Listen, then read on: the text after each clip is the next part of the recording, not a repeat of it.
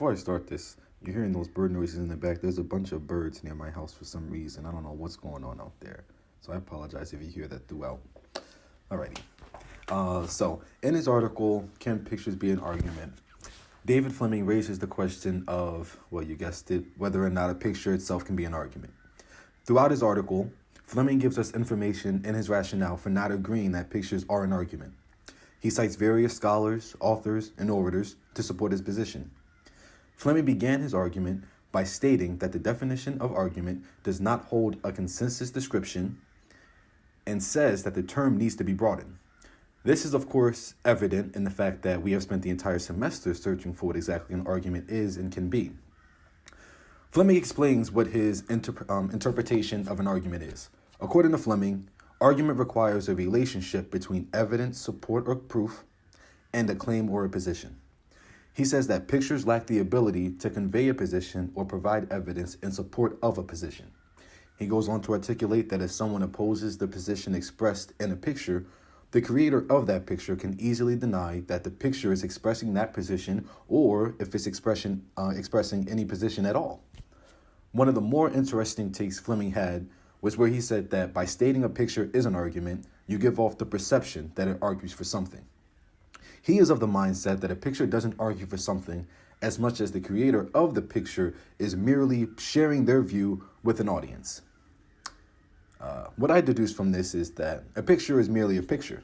What you see won't change from the first time you see it to the 10th time you've seen it. It cannot be refuted, opposed, or countered without using words. He says of photography, for example, that it is a world of fact, not to be disputed or have conclusions drawn from.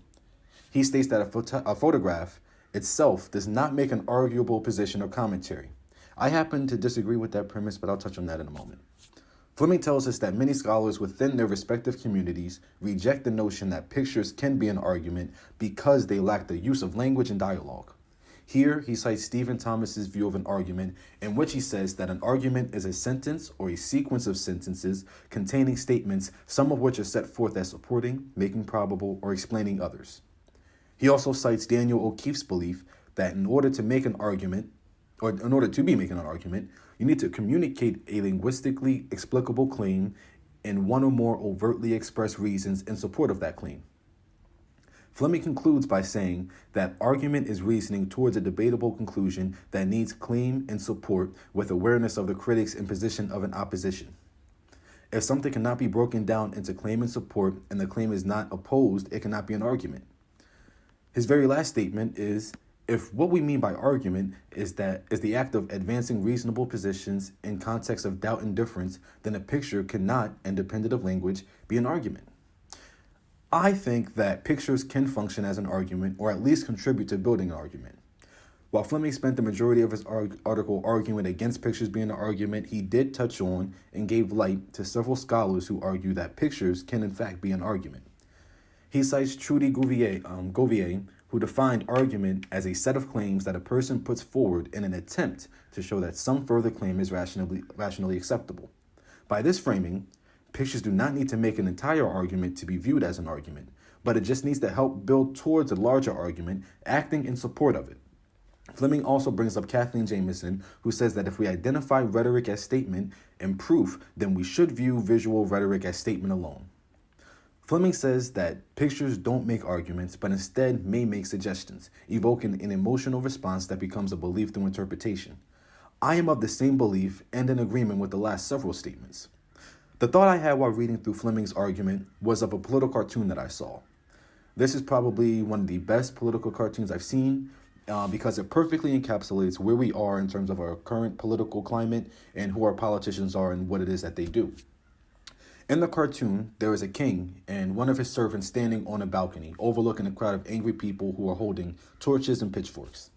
The servant looks to the king and says in a single speech bubble, "Oh, you don't need to fight them. You just have to convince the pitchfork people that the torch people want to take away their pitchforks." And man, oh man, what a picture does that paint?